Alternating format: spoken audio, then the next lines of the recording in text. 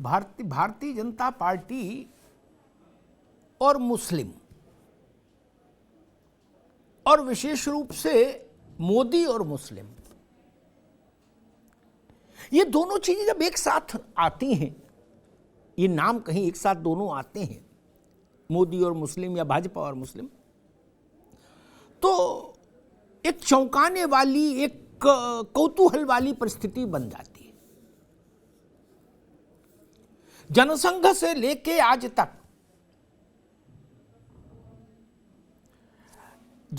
ये भाजपा, और अगर बड़े परिप्रेक्ष्य में बात करें तो समूचे संघ परिवार के साथ मुस्लिम कभी सहज नहीं रहा और ना संघ परिवार कभी मुस्लिम के साथ सहज रहा। आरिफ बेग से लेके सिकंदर वक्त तक और शहनवाज से लेके और मुख्तार नकवी तक कुछ प्रयोग एक शोकेसिंग के लिए भाजपा करती रही, लेकिन कहीं बात मन मिला हो ऐसा कभी नहीं हुआ। और ना मुसलमानों ने भाजपा को वोट दिए, और ये भी ठीक है कि भाजपा ने भी उनको टिकट ना के बराबर ही दी। आज परिस्थिति यह है कि केंद्र की सरकार में एक भी मुस्लिम मंत्री नहीं, मुस्लिम मजहब को मानने वाला मंत्री नहीं। ये सच्चाई है और ये तथ्य है। इसमें गोल गोल बात करेंगे तो इसका मतलब झूठ बोलने की कोशिश कर रहे हैं। लेकिन कल, अच्छा, बात इतनी नहीं, संघ परिवार का एक अपना दृष्टिकोण है और उस दृष्टिकोण को और आक्रामकता मिली अयोध्या आंदोलन के दौरान। भाजपा और मुस्लिम और संघ और मुस्लिम और मोदी और मुस्लिम को का मामला बनता है गुजरात दंगों के बाद से, और संघ परिवार और मुस्लिम को समझना है तो उसके लिए प्रस्थान बिंदु है अयोध्या आंदोलन, और उसमें भी 6 दिसंबर 1992 की घटना। यहां से चीजें समझ में आएंगी। लेकिन कल नरेंद्र मोदी ने भाजपा की राष्ट्रीय कार्यकारिणी के बड़े मंच से सबको चौंका दिया। उन्होंने कहा वोट मिले नहीं मिले, मुसलमानों के बीच में जाएं भाजपा के लोग, कार्यकर्ता, नेता, मस्जिदों में भी जाएं, चर्च में जाएं, खास तौर पर पसमानदा और बोहरा मत के मानने वाले जो पसमानदा वर्ग के जो मुसलमान हैं वो, और बोहरा मत को मानने वाले मुसलमान, उनके बीच में भाजपा को अपनी पैठ बढ़ानी चाहिए, अपना संपर्क तेज करना चाहिए। पसमानदा का सरल अर्थ ये कि गरीब मुसलमान, विपन्न मुसलमान, पिछड़ी जाति, मुसलमान में पिछड़ी जातियों का प्रतिनिधित्व करने वाला वर्ग, जिसमें अंसारी हैं, जिसमें कुरैशी हैं, और जो बहुतायत है भारत के मुसलमानों का लगभग 80-85% हिस्सा। क्या भारतीय जनता पार्टी, या ऐसे कह लीजिए कि क्या नरेंद्र मोदी मुसलमानों में दो वर्ग करके भाजपा के लिए कोई रास्ता बनाने की कोशिश कर रहे हैं? एक शेख, सैयद और पठान, यानी मुसलमानों का अभिजात्य वर्ग, उसको छोड़कर पसमानदा की ओर चलो। तो ये जो नया नारा है पसमानदा की ओर चलो, कभी नारा लगता था गांव की ओर चलो, गांव की ओर चलो, अब मोदी जी ने नारा दिया पसमानदा की ओर चलो। क्या भाजपा को ये लग रहा है कि नहीं, मुस्लिम एज ए होल, संपूर्णता में भाजपा के साथ कोई रिश्ता बनना मुश्किल है? उसको 2 हिस्सों में बांट दीजिए, विपन्न मुसलमान, पसमानदा मुसलमान, और वो लाभार्थी रहा है शौचालय योजना का, उज्ज्वला योजना का, प्रधानमंत्री ये आवास योजना का, मुफ्त अनाज योजना का। तो क्या मोदी को लगता है कि ये वर्ग हमारे साथ आ सकता है? बात तो ठीक है, सोचा जा सकता है मोदी के स्तर पर कि भाजपा को अपना जनाधार विस्तारित करना चाहिए, लेकिन खतरा है, बड़ी कठिन है डगर पनघट की, और रपटीली भी है। जब मस्जिद जाएंगे भाजपाई तो स्वाभाविक है जो भाजपा का कोर वोटर है, जो प्रखर हिंदुत्ववादी है, उसको कुछ पढ़े लिखे, ज्यादा पढ़े लिखे लोग राष्ट्रवादी कह देते, लेकिन मसला ओरिजिनल मामला वही है, प्रखर हिंदुत्ववादी, उसकी त्योरी चढ़ेंगी। तब क्या होगा? उस वर्ग को कैसे साधोगे भैया? और वो भी सधा रहे और ये भी आ जाए, ये तो मामला मुश्किल हो जाएगा। क्योंकि अगर वो नहीं, वो तो उनके तेवर नहीं बदले तो पसमानदा आके यहां क्या करेगा? बेडोल कौ रहीम कैसे निभे बेर केर को संग, बेडोलत रस आपने उनके फाटत अंग। पसमानदा क्या करेगा आके यहां? कई प्रश्न हैं, लेकिन हां, नरेंद्र मोदी ने कल समुद्र में एक पत्थर फेंका है तो लहरें उठना स्वाभाविक है। और मोदी यही नहीं रुके, वो शाहरुख खान और दीपिका पादुकोण की जो फिल्म आ रही है पठान, उस तक का रेफरेंस उन्होंने दिया। उन्होंने कहा कि कुछ लोग हमारे पार्टी के ही हैं, वो फिल्मों पर भी भाषण टिप्पणियां करके नेता बनने की कोशिश कर रहे हैं, ये राष्ट्र ठीक नहीं। और उन्होंने कहा कि हमारे अध्यक्ष नड्डा जी ने ऐसे कुछ नेताओं को फोन करके मना भी किया। यानी पठान का विरोध भी नहीं, शाहरुख का विरोध भी नहीं हो, फिर उन लोगों को क्या होगा जो शाहरुख, सलमान और आमिर खान के विरोध के आधार पर ही अपना राजनीतिक सेंसेक्स बढ़ा रहे थे। कई सवाल हैं जो पसमानदा से लेके और पठान तक सब कुछ उसमें सिमटा हुआ है। सैकड़ों सवाल हैं और हजारों किंतु परंतु हैं मोदी जी के इस बयान पर। बाकी सब छोड़े अपन, बाकी जो होगा सो होगा, चुनाव आएगा तब देखेंगे पसमानदा जुड़ा नहीं जुड़ा क्या मसला है। प्रधानमंत्री जी ने हैदराबाद में भी यही कहा था कि जुड़ो भाई, पसमानदा के घर जाओ, बोहरा संप्रदाय वालों से मिलो जुलो, कोई रास्ता खोलो, ठीक। लेकिन नीचे वालों ने कोई रास्ते नहीं खोला, वो गली बंद कर दिए। खैर वो विषय बात का। अब कल के प्रधानमंत्री जी के स्पष्ट निर्देश के बाद जिसमें उन्होंने फिल्म का उल्लेख किया, अब इतना तो हम मान लें कि आज से शाहरुख खान चैन से सो सकते हैं, पठान फिल्म का कोई विरोध नहीं होगा। कल प्रधानमंत्री बोले हैं कि नड्डा ने भी फोन किया, जो नेतागिरी कर रहे हैं पार्टी के लोग, फिल्म पर बोल बोल के उनको डांटा है। आज भी मैं सोशल मीडिया पर बृहत्तर संघ परिवार के लोगों को देख रहा हूं जो कह रहे हैं कि टाकीज घेर लेना और टाकीज में फिल्म चलने नहीं देना। दो बातें बड़ी महत्वपूर्ण हैं जिन पर मैं बहस आगे रखूंगा।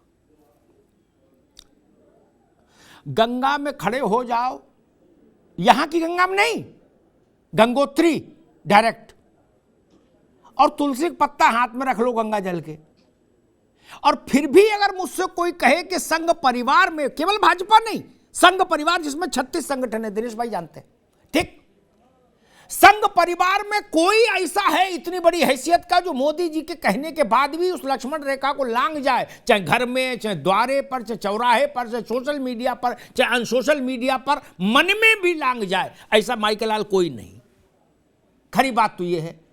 फिर जब ये मामला बंद, दाएं बाएं पेच लड़ाए जाते हैं तो प्रश्न खड़े होते हैं। दिनेश जी कहे लोग उल्लंघन कर सकते हैं, शिवराज सिंह चौहान ने कहा उल्लंघन कर दिया, समझ में आता है। रामलाल जी बोले उल्लंघन हो गया, समझ में आता है। कांग्रेस में राहुल गांधी का बोलेगा उल्लंघन हो जा, सो आराम से हो जाता है, हम उस पर सवाल भी नहीं खड़ा करते।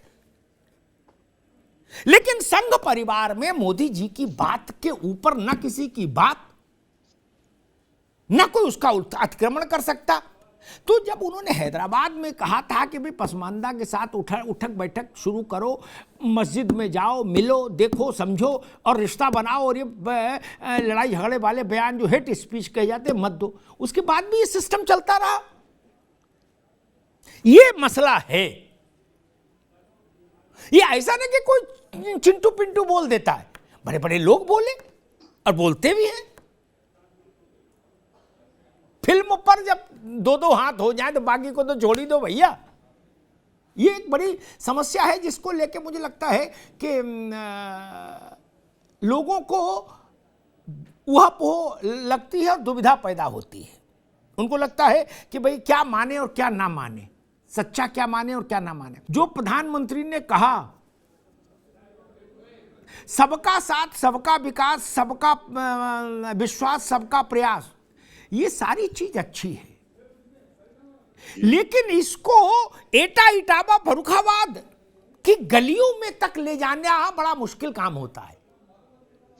बड़े मंच से तो सब अच्छा है, कहना प्राणियों में सद्भाव हो, धर्म की जय हो, अधर्म का नाश हो, ये पंडित जी लोग हर कथा में कहते हैं हमारे यहां। क्या ऐसा हो गया? नहीं ना। बिल्कुल। तो मैं समझना चाह रहा हूं कल जो प्रधानमंत्री ने पहल की है, जो एक निर्देश अपनी पार्टी के लोगों को दिया है, उन पर पाबंदियां लगाई है कि ये दाएं बाएं बोलना बंद करिए, पठान देखनी है नहीं देखनी है अपने मन में रखिए, ये ड्रामा बंद करिए कि टाकीज फूंक देंगे, कि शाहरुख खान का पुतला फूंकेंगे, हैं? आप लोग इसको कैसे समझ रहे हैं, कैसे रिसीव कर रहे हैं उनके इस कहे को? अब अगर मुल्क में तनाव हुआ आगे चला, तो उसके लिए मोदी जी को जिम्मेदार नहीं ठहराया जा सकता, क्योंकि मोदी जी ने को जो कहना था उन्होंने कह दिया मंच से, और मौलाना साहब ने उसको रिसीव भी कर लिया। ठीक, यही स्थिति बनेगी ना। अब ये सनद रहे, फिर ये नहीं होगा कि खट्टा कड़वा कड़वा थू और मीठा मीठा गप। आपने माना ना कि बड़ा बयान है, बड़ा दिल है, तो फिर उस पर टिके रहिएगा, ये मसला है। फखरुल हसन साहब, 85%, 80-85% के आसपास पसमानदा ही पसमानदा है। ठीक, पसमानदा समाज में अगर थोड़ी सी भी जुम्बिश हो जाएगी तो भाजपा का कितना लाभ होगा उस पर विवाद हो सकता है, लेकिन अगर हम उत्तर प्रदेश की बात करें तो सपा का तो बहुत बड़ा नुकसान हो जाएगा। नहीं, जैसा आजमगढ़ में हो गया या रामपुर में हो गया, नहीं, पूरा MY में M ही डगमगा जाएगा। मित्र, क्या आपको लगता है कि ऐसी कोशिश भाजपा कर रही है? क्योंकि यूपी एक टेस्ट केस था, आजमगढ़ और रामपुर। इस तरह के वक्तव्यों में अब जान नहीं बची, प्राण नहीं बचा कि सियासत हो रही है। अरे भाई, सियासी लोग सियासत नहीं करेंगे तो क्या धर्मशास्त्र का पाठ करेंगे कि सत्चंडी महायज्ञ करेंगे? वोट के लिए ऐसा हो रहा, अरे वोट के लिए तो पार्टी बनाई, और पार्टी का सत्यनारायण कथा करने के लिए बनाई कि रोजा इफ्तार करने के लिए बनाई? नहीं ना। इसलिए मैं इन बातों से हमेशा परहेज करता हूं, कभी नहीं कहता। टोटल राजनीति का मतलब ही है भाई, वोट मिले, आदमी जीते, हम सरकार में आए। नहीं तो आजकल माघ मेला में कुटिया नहीं बसा लेगा आदमी। भाजपा और संघ परिवार में एक संकट रहेगा।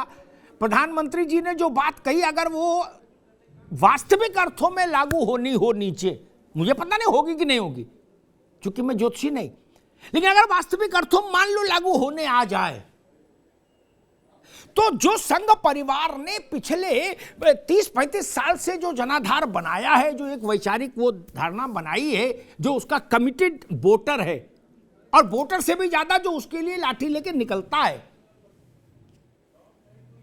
वो, और फिर इस नई धारा में संतुलन कैसे साधा जाएगा? ये तो मामला बड़ी कठिन है, डगर पनघट की नहीं हो जाएगी। ऐसा तो नहीं कहीं कि जो हार्डकोर हिंदू है, जो अयोध्या आंदोलन के दौरान आपने इकट्ठा किया, क्रिएट किया एक बड़ा वोट बैंक, 30-35 साल उसको नर्स किया, तब वो जाके ये स्थिति बनी, वो उसका मन विचलित हो जाए और पसमानदा आ ना पाए, तब तो स्थिति बड़ी खराब हो जाएगी। बीच में अगर कहीं मामला फंस गया, वो था ना कि भाई खुदा मिला, एक ने कहा कि हम इसको सशरीर स्वर्ग भेजेंगे, दूसरे ने कहा हम जाने नहीं देंगे, है तो त्रिशंकु हो गया, है। ये भी बड़ी समस्या। खैर त्रिपाठी जी, भाई देखो, बाकी सवाल तो आज भाजपा से, आपसे और सपा से तो आज एक ही सवाल है। 12 करोड़ वोट आपके पास था लगभग 19 में लोकसभा चुनाव में, क्या इसमें अगर ये पसमानदा वाला दांव चल गया, मैं ईश्वर नहीं, मैं नहीं जानता चले कि नहीं चले, लेकिन अगर चल गया, अब तो बहस अगर पे होगी, तो कांग्रेस की और विपक्ष की और बड़ी पार्टियों की तो स्थिति और खराब हो जाएगी। भाई अगर बिना उसके 303 है इनके पास मान लो क्या, और जब वो भी जुड़ जाएगा और 23 करोड़ वोट है, वो भी जुड़ जाएगा, तब तो मामला और कठिन हो जाएगा। कांग्रेस से कह सकती है राहुल गांधी के लिए हुआ, लेकिन तथ्य ये भी है कि हैदराबाद में जब कार्यकारिणी हुई थी, जब राहुल गांधी के मन में भी विचार नहीं था कि भारत जोड़ो नाम की कोई यात्रा करेंगे, तब भी नरेंद्र मोदी ने ये लगभग यही बातें कही थी उन्होंने अब अंतिम अपने संबोधन में कि ऐसा ऐसा करो, लेकिन तब भी नीचे वालों ने नहीं मानी, वो जैसा हो रहा था वैसे ही होता रहा। तो ठीक है दिनेश जी, मामला ये है, दो बातें वो हैं, एक नीचे वाले मानेंगे इसकी गारंटी कौन देगा, और अगर आप कहोगे मानेंगे तो हम पूछेंगे हैदराबाद में जब बोले थे तब क्यों नहीं माने, क्या दिल्ली का इंतजार कर रहे थे कि दिल्ली में बोलेंगे तो वास्तु का मामला बनेगा तब मानेंगे, हैदराबाद की बात नहीं मानेंगे। एक दूसरा जो बात जो आचार्य जी कह रहे हैं है कि ना खुदा ही मिला ना विशाले सनम, क्योंकि होता क्या है वैचारिक प्रतिबद्धता, जैसे मोहन राव भागवत एक दिन में मस्जिद, इमाम और मदरसा तीनों जगह हुआ है क्या, उससे कोई लाभ हुआ क्या, कहीं ऐसा हुआ कि भाई मुस्लिम वोट भाजपा की ओर प्रचुर मात्रा में आ गया, नहीं ना, वो बल्कि जो मौलाना थे ऑल इंडिया इमाम काउंसिल के अध्यक्ष, जो उन्होंने कमेटी वो बनाई थी संस्था, उसके वो खुद ही अध्यक्ष हो गए थे, है ना, वो जो थे उनको जेट सिक्योरिटी और मिल गई, बस इतना ही लाभ हुआ। मैं एक नई बात रखता हूं सामने, जब चुनाव प्रचार चरम पर होता है, चाहे राष्ट्र लोकसभा का चाहे किसी बड़े राज्य का, छोटे राज्यों की मैं बात नहीं कर रहा, बड़े राज्यों की, ठीक, तो उसमें वही जिन्ना, वही शमशान, वही कब्रिस्तान, वही पाकिस्तान सब आता है कि नहीं आता है, वही हरा और भगवा का दो दो हाथ होता है कि नहीं होता है, और सब करते हो कि नहीं, डिस्को डांडिया होता है कि नहीं होता है ना, तो असली तो वो है जनता जिसको समझती है, जिसमें वोट करती है, नहीं भाई क्या कि शिमला के मई में शिमला बना देंगे, मई में शिमला, वहां पर चुनाव तय होता है। चुनाव में ऐसा कौन सा है कि वोट से पहले किसी ने कहा हो कि ऐसी बातें जो चुनाव के बाद कही जाती हैं। एजाज अतर साहब, इस बात से आप सहमत हैं? देखिए चुनावी वादे और चुनावी वादे की बात रहा, गलत समझ गया, वादे की बात नहीं कर रहा हूं मैं कह रहा हूं चुनाव में जिस आधार पर वोट होता है वो महत्वपूर्ण है या चुनाव के बाद बोली गई बातें महत्वपूर्ण हो, मैं ये पूछ रहा हूं। जो इस्लाम में कन्वर्जन हुआ मुगलों के आने के बाद, वो तो ताकत की जोर पर ही हुआ, उसमें कोई दिल मिलने वाली बात तो थी नहीं। एक हाथ में तलवार, एक हाथ में कुरान, या तो कुरान मंजूर करो नहीं तो सिर 6 इंच छोटे, बात खत्म।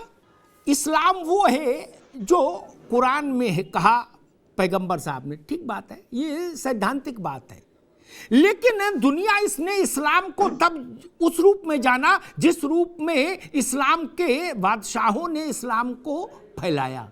वो तलवार से फैला तो तलवार से ही जाना जाएगा, किताब से नहीं जाना जाएगा। एक सेकंड रुक जाओ, रुको महाराज रुको। और अगर आप कहते हो कि नहीं, हजारों हजार लोग मार दिए गए, कत्लो गारत हुई, नादिर शाह आया, अब्दाली आया, पूरी दिल्ली को रक्त रंजित कर दिया, वो सब कुछ नहीं है, इस्लाम का उससे कोई लेना देना नहीं, मान लीजिए आप ये कहते हो, ठीक, तो आपको ये भी कहना होगा कि जितने भी घटनाएं आपके जहन में हैं, जिनमें आपको लगता है कि हिंदुओं ने जाति की या हिंदुओं ने आपको के साथ टकराव हुआ, तो फिर हिंदू भी वही बात कहेंगे कि ये सब कुछ नहीं है, ये हिंदू तो नहीं है, ये कुछ नहीं है। जो हमारे यहाँ वेद में लिखा, तो वेद में तो लिखा नहीं लड़ाई झगड़ा, तो बात खत्म हो गई, फिर जिम्मेदारी कौन लेगा? इसलिए इतना सरलीकरण मत करिए। देखिए अमिताभ जी, आप बात ठीक कह रहे हैं, आप बात नुक्ते की कह रहे हैं। ये लोग जो बादशाह थे, इन्होंने इस्लाम का सहारा लेकर के अपनी बादशाहत की है, इस्लाम को बैसाखी बना करके इस्लाम अपना शासन चलाया है। तो अब रिवर्सल तो नहीं है ना, ये तो कहते हैं आरएसएस वाले के घर वापसी कर लो। फखरुल हसन साहब, आपको लगता है कि भारतीय जनता पार्टी को लगता है कि हिंदू समाज के उसमें वो जितना वोट बैंक उसके पास वोट बेस होना चाहिए वो सैचुरेशन पर है लगभग, ठीक। तो अगर आपको स्थायी रहना है और विकास करना है और राज्यों में भी मजबूत होना है तमाम में, तो आपको कोई एक नया वोट बैंक अपने साथ जोड़ना होगा, क्रिएट करना होगा। क्या पसमानदा की ओर जो पहल है भाजपा की वो अपने वोट बैंक के विस्तार के लिए है, और अगर हाँ तो फिर ये सपा बसपा ममता जी कांग्रेस जो सारे जो वो विपक्षी दल जो खासतौर पर अल्पसंख्यक वोटों पर जिनकी सफलता निर्भर करती है, अगर अल्पसंख्यक वोट मिला तो जीत गए, नहीं मिला तो हार गए, जिनके साथ ऐसा है उनके लिए तो संकट हो जाएगा। एक बात कहूँगा, अगर इतनी ही सरल होती राजनीति तो और उत्तर प्रदेश में जैसा फखरुल कह रहे हैं कि मुसलमान ने एक मुश्त वोट दिया समाजवादी पार्टी को, तो अगर मुसलमान ने और पिछड़ों ने एक मुश्त वोट दिया होता तो 111 नहीं 211 होती सीटें भैया। इस बात को समझो, ठीक है। छोड़ ना आप छोड़ दो, अभी आप उस बात को छोड़ दो, ठीक है ना। उतनी सरलीकरण मत करो चुनाव का।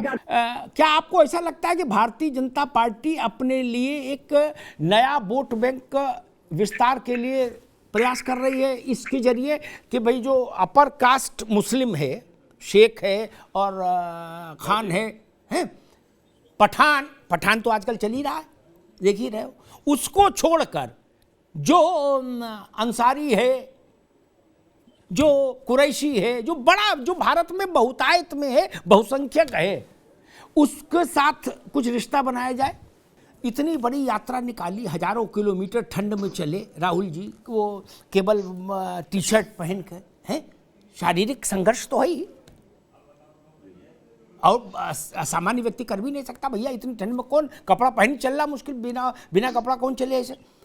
लेकिन आप देखिए आज ही जब यात्रा हिमाचल में है, अब वहां से जाएगी जम्मू, अंतिम चरण में जा रही है, तब आज ही तेलंगाना में एक नया मंच सज गया।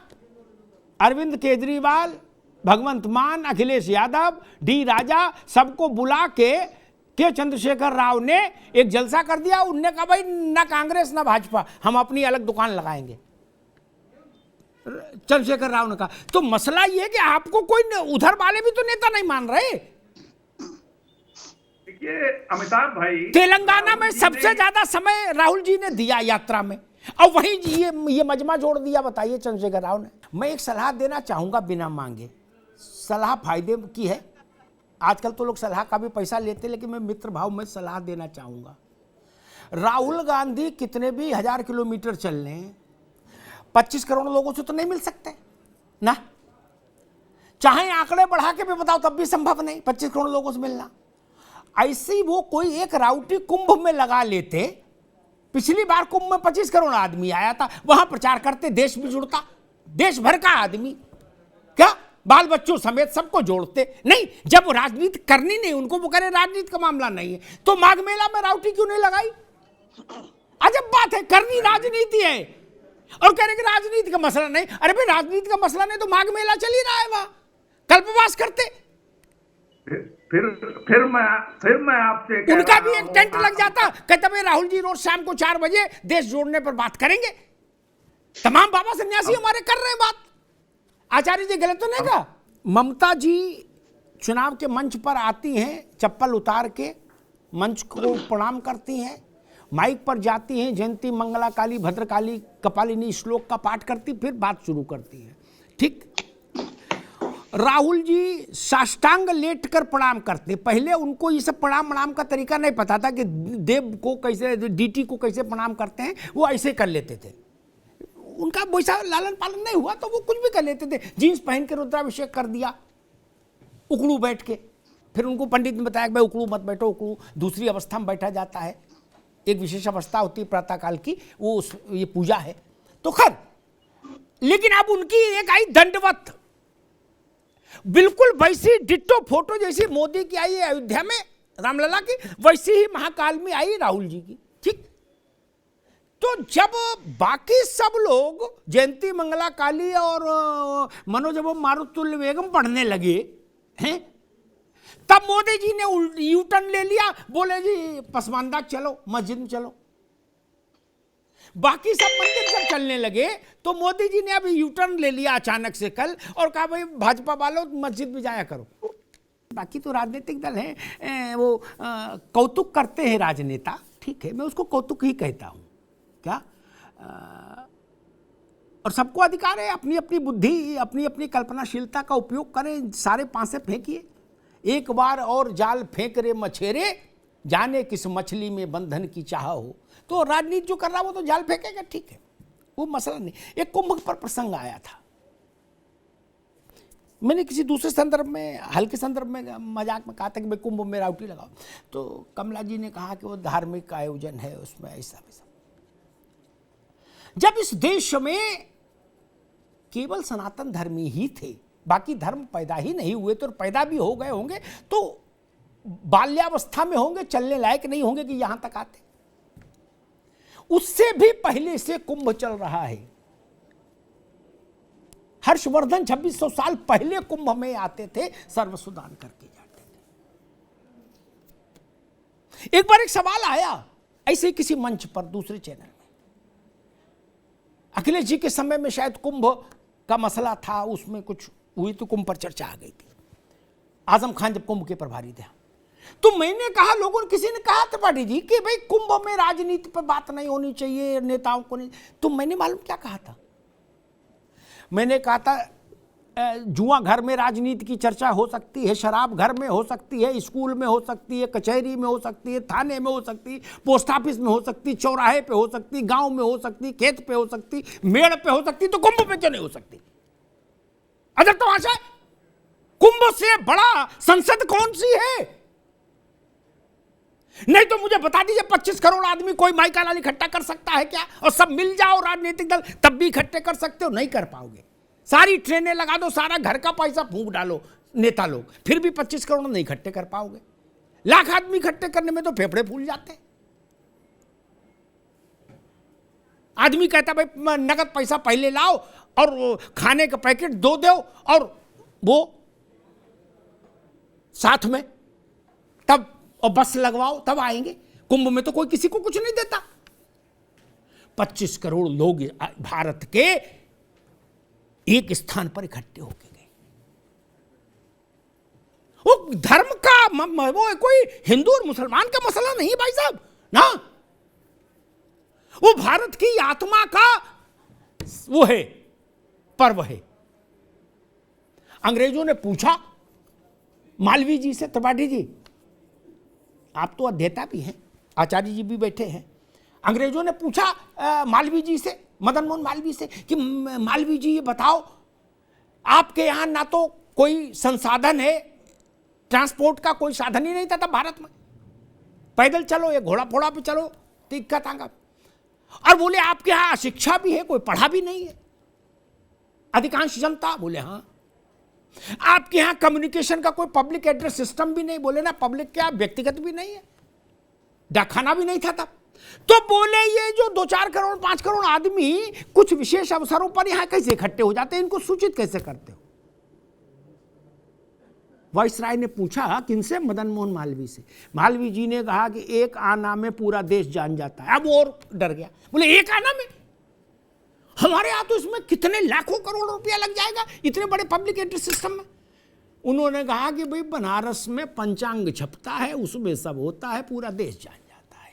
और धोती से गांठ जोड़कर, धोती से धोती जोड़कर जो स्कूल नहीं गया वो भी पूरे देश से एक स्थान पर चला आता है। 6 महीने आने में लगे, 6 महीने जाने में लगे। ये वो देश है, उसके मानस को वहां से समझिएगा, ठीक है ना। सब कुछ राजनीति ही नहीं, राजनीति तो बहुत बाद में आई, पहले देश है तब ना राजनीति में। तो खैर, अब मसला है भाजपा के नए बयान का। मुझे लगता है कि असली चीज वही है जो युद्ध के समय खाई जाए या पहनी जाए या हाथ में ली जाए, वही मानी जाएगी, ठीक। युद्ध में जाने से पहले आप कौन सा भोजन खाते हैं, वही ताकत का भोजन है इसका, ठीक। कौन सा अस्त्र लेते हैं, इसका मतलब वही असली अस्त्र है। आचार्य जी, सामान्य परिस्थितियों में आप कुछ भी खा सकते हैं, आइसक्रीम खा सकते हैं, गोलगप्पा खा सकते हैं। युद्ध में, चुनाव होता है युद्ध काल, युद्ध में जो नेता बोलते हैं मैं उसी को सत्य मानता हूं, बाकी सब कहानी है। क्या वोट किस पर पड़वाना चाहते हो आप, वो बताओ, हम उसी को सत्य मानते हैं और कार्यकर्ता भी उसी को सत्य मानता है। क्या कार्यकर्ता भी उसी को सत्य मानता है? अभी मान लीजिए मायावती जी ये कहें कि सारे सवर्णों के साथ अच्छा रिश्ता रखिए, घर जाइए और बिल्कुल हेल मेल का मामला बढ़ा दीजिए। उनका वक्तव्य हम लोगों की चर्चा का विषय बन जाएगा, उनके कार्डर तक नीचे कितना जाएगा मुझे नहीं पता। अखिलेश जी कहें क्या, अभी सोशल मीडिया पे एक अध्याय आपने देखा था, अखिलेश जी ने तो नहीं बोला ऐसा, लेकिन हुआ था ना। क्यों हुआ? क्योंकि वो इनहेरेंट मैसेज है जो उसके लिए वाणी की जरूरत नहीं। जिन संदेशों के लिए वाणी की जरूरत होती है वो संदेश कमजोर होते हैं। गांधी और गांधी से पहले हमारे यहां ऋषियों ने कहा था कि आचरण ही संदेश है। ठीक, तो दिनेश जी की पार्टी का जो काडर है वो आचरण को ही संदेश मानेगा। किसने क्या बोला नहीं, ये सब टीवी मीडिया के लिए तो हो सकता है। अखिलेश जी का वोटर अखिलेश जी क्या आचरण कर रहे हैं उतने से मानता है। बोलने को तो सब अच्छे बोलते हैं, आज तक कोई नेता ऐसा मिला जो गलत बोले नहीं। मूल विषय है चुनाव के समय लोग कहते जात क्यों बताई। एक याद आ गया तो बता दें, मतलब राजनीति कैसी होती है कि पार्टी नहीं, प्रसंग याद आ गया इसलिए कह दें मौलाना साहब कि एक भारत के बड़े टेक्नोक्रेट हुए सैम पिट्रोडा, राहुल गांधी जैसा विदेश में पढ़ा लड़का, उनकी मौजूदगी में, पुरानी बात बता रहा हूं, उत्तर प्रदेश में शायद बांदा में सैम पिट्रोडा की जात बताई गई कि ये बढ़ई हैं। क्या बांदा छोड़ो, पूरे उत्तर प्रदेश में, क्या देश में कोई नहीं जानता था पिट्रोडा कौन है, किस जात के हैं क्या। लेकिन राजनीति को वो चाहिए डोज, इसलिए मैं मानकर चलता हूं कि सरसंघ चालक जी का एक ही दिन में 3 जगह जाना, मंदिर, अरे मस्जिद, मदरसा और इमाम, मोदी जी का ये कहना, या बाकी पार्टियां अपने अपने जिनका जो एक मूल जो डीएनए है उससे इतर जब आप कुछ बोलते हैं। योगी जी से पूछा गया एक प्रश्न, दिनेश जी कि मुसलमानों के बारे में आप क्या धारणा रखते हैं, तो उन्होंने कहा जो मुसलमान मेरे बारे में धारणा रखते हैं वही। क्या ये बात कार्यकर्ता को ज्यादा समझ आई, बोले ठीक कहा बाबा ने। क्या इसका क्या करिएगा एजाज साहब, ये मसला है मित्र, ये है, ये सच्चाई है, इससे आंख नहीं फेर सकते आप। चुनाव जब नहीं होता है तो शांति काल होता है, शांति काल में सब आप सबके घर आते जाते हैं। असली बात तो तब समझ में आती है जब युद्ध होता है भैया। और भारत में मुझे कोई चुनाव बता दीजिए जो बिना इस धरातल पर आए लड़ लिया गया हो। नहीं, राहुल गांधी भी नहीं लड़ सकते, अखिलेश यादव भी नहीं लड़ सकते, मायावती जी भी नहीं लड़ सकती, नरेंद्र मोदी जी भी नहीं लड़ सकते, कोई नहीं लड़ सकता भारत में। ममता बनर्जी को समझ नहीं थी, उनको तो प्रो मुस्लिम इमेज से भाजपा ने वो प्रचारित किया था, लेकिन वो जान गई कि नहीं इससे तो डूब जाएंगे, तो उनने कहा जयंती मंगल काली भद्र काली कपालिनी, क्या पूरा चंडी पाठ सुना दिया। अब भाजपाई कहेंगे अब जल्दी जल्दी चंडी पाठ याद करो नहीं तो पिछड़ जाएंगे। क्या अब इतनी जल्दी याद कहां हो, ये है सच्चाई,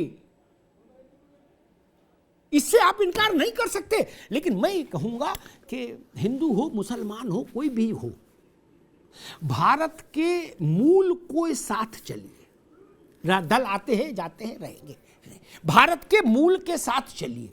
हर देश का एक मूल चरित्र होता है मित्र। मौलाना साहब उसमें बहुत सारी चीजें जुड़ती हैं, लेकिन नींव तो एक ही होगी ना। नींव बहुत नहीं हो सकती, कमरे बहुत हो सकते हैं, दरवाजे बहुत हो सकते हैं आचार्य जी, लेकिन नींव एक ही होगी। भारत की नींव को समझना चाहिए। कमरों के विवाद में मत उलझिए। और नींव क्या है भारत की? वही भारत का मन है, उसके साथ सब चलिए, तब मुझे लगता है सबका साथ होगा देश में। उससे पहले नहीं। हम एक बहस में मैंने कहा था कि अमेरिका का राष्ट्रपति फखरुल हसन साहब, अमेरिका हमसे एक राई रत्ती कम लोकतांत्रिक अपने को नहीं मानता, बल्कि वो तो कहता सबसे बड़े हम ही, सेकुलर भी मानता उतने बड़ा, ठीक। वहां का राष्ट्रपति बाइबिल पर हाथ रख के शपथ लेता है। किसी ने आपत्ति की? किसी ने धरना दिया? किसी ने प्रदर्शन किया? नहीं। वो अमेरिका का मूल चरित्र है, वो नींव है, उसका सम्मान होना चाहिए। भले मैं भी रहूं अमेरिका में तो इसका क्या मतलब है? मैं भी अपनी किताब ले जाऊंगा कि अब इसमें भी हाथ रखो? नहीं नहीं, हम अमेरिका का कमरा हो सकते हैं, नींव नहीं। लंदन में राज परिवार, पादरी उनका वो कराते हैं राज्यारोहण, क्योंकि वो वहां की नींव है। लंदन में केवल ईसाई रहते हैं क्या? नहीं, फिर भी कराते हैं ना, वो भी लोकतांत्रिक देश है। क्या भारत के लिए हम ऐसी व्यवस्था स्वीकार कर सकते हैं? आचार्य जी, बड़ा सवाल है ये। करना चाहिए, और जिस दिन ये हो जाएगा कि हाँ हम स्वीकार कर सकते हैं, उस दिन से सारे झगड़े ही खत्म हो जाएंगे, फिर कोई झगड़ा रहेगा ही नहीं, सब आनंद आनंद हो जाएगा। जिस दिन हम उस तर्क को मान लेंगे कि अमेरिका के राष्ट्रपति का बाइबिल पर हाथ रख के शपथ लेना ठीक है। बाइडेन साहब तो अपने घर से ही लाए थे बाइबिल, बोले हम अपनी घरवाली बाइबिल पे हाथ रख के करेंगे। अच्छा है, क्या बुरा है, क्या समस्या है? अमेरिका में बाकी लोग रह रहे हैं, खा रहे हैं, समान अधिकार है, समान विकास के अवसर हैं, और क्या चाहिए? अब ये भी कहोगे कि बाइडेन शपथ कैसे लें? नहीं, ये तय करने का अधिकार किसी का नहीं। ये अमेरिका का मूल है, मूल को समझ लीजिए। भारत का मूल कहां है सबको पता, मुझे बताने की जरूरत नहीं। धन्यवाद।